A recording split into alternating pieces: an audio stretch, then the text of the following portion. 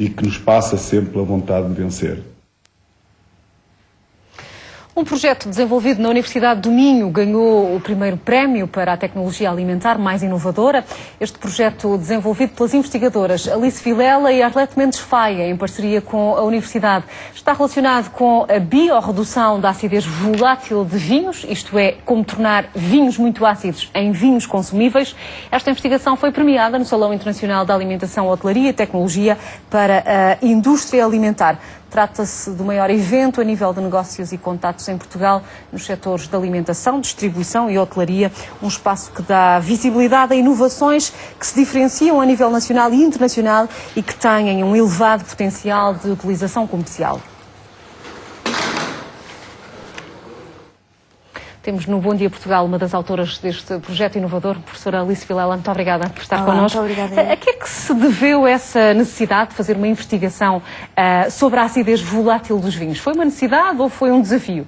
Foi um desafio e uma necessidade também. Portanto, isto fez parte da minha tese de doutoramento, que foi já entregue e defendida em dezembro de 2010. E era um tema interessante, pouco estudado, atual, porque ainda se encontram vinhos com problemas de acidez volátil, embora já não seja com aquela relevância que era há uns anos atrás. E é um tema, como vê, que recebeu um prémio, portanto, acho que continua a ser atual nos tempos que correm. Para que os nossos espectadores percebam, enfim, a complexidade da sua investigação. Sim. E da nossa conversa, esta acidez nos vinhos pode ser originada por que tipo de fatores? E em que processos de produção do vinho? Pode ser originada durante o processo todo de produção do vinho. Portanto, desde a uva, pode aparecer na uva quando as uvas não estão em boas condições sanitárias, quando estão infectadas por fungos, por exemplo. É formada durante a fermentação pelas leveduras, portanto é um metabolito secundário da fermentação que é normal formar-se, depende da estirpe de levedura, depende depois das castas de uvas que são utilizadas. É formada na segunda fermentação, que é conhecida como a fermentação malolática, feita por bactérias láticas, também forma alguma acidez volátil.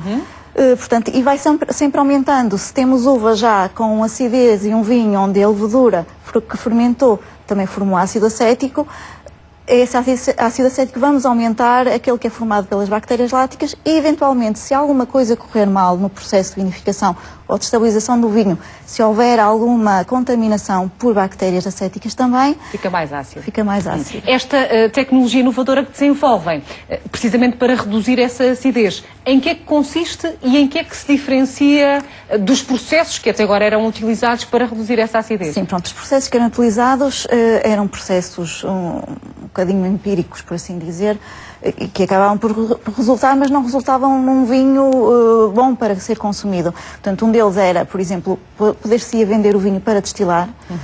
Na gíria diria-se o vinho vai para queimar, portanto tem acidez volátil elevada, dará para originar etanol. Podem-se usar luteamentos, isto é, tem um vinho que tem uma acidez volátil elevada, depois de o estabilizar microbiologicamente, poderei misturá-lo com outros vinhos que têm uma acidez volátil mais baixa e o problema resolve-se por diluição, mas ele continua lá. Este processo é ligeiramente inovador, embora tenha sido um processo que já tenha sido estudado há muitos anos atrás por alguns grandes enólogos não portugueses, Ribeiro Gaion, etc. Portanto, quem está no mundo dos vinhos conhece estes nomes.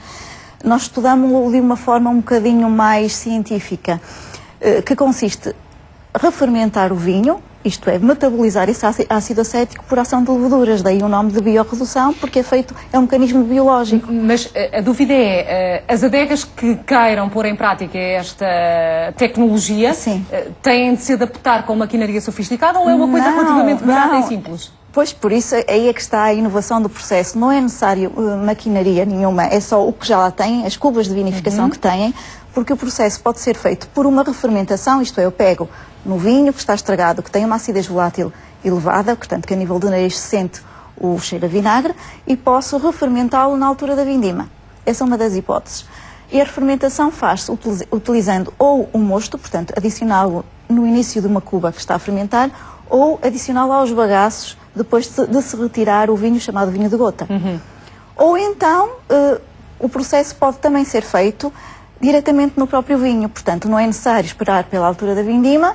Eu posso adicionar uma levedura, que é conhecida como uma levedura que consome ácido acético, diretamente ao vinho e num determinado número de dias eu consigo que realmente se baixe a acidez. Portanto, a adaptação desta tecnologia torna o vinho mais consumível e até é um processo barato. Mas nem todos os vinhos são suscetíveis de ver a sua acidez reduzida, ou são todos? Não. Isto depende do teor de acidez que tem, porque nós fizemos trabalho essencialmente laboratorial, o que quer dizer que não testamos à escala industrial. O máximo de volume que nós conseguimos testar foi em cubas de microvinificação, que são de 30 a 50 litros. Portanto, o que é que nós verificamos à escala laboratorial? Era que havia um limite de acidez. Isto é, se um vinho tivesse uma acidez superior a 1,7, 1,8, já muito dificilmente a levedura consegue reduzir essa acidez. Assim como o teor alcoólico. Utilizando células livres, não conseguíamos desacidificar vinhos com o teor alcoólico superior a 10% de volume, portanto serão vinhos bastante fracos em termos de álcool. Utilizando uma tecnologia que também se conhece e já muita gente utiliza, que é leveduras imobilizadas em alginato quitosano, conseguimos realmente fazer este processo num vinho que tenha um teor alcoólico bastante mais alto, como por exemplo 12,5 graus. Portanto já foi um avanço de mais 2,5 graus ao que era anteriormente. E portanto é mais uma ajuda para evitar que os produtores de vinho tenham perdas económicas significativas. Professora Alice Vilela, muito obrigada por ter vindo ao Bom Dia Portugal. Bom fim de semana. Obrigada. Digo-lhe agora que 5 anos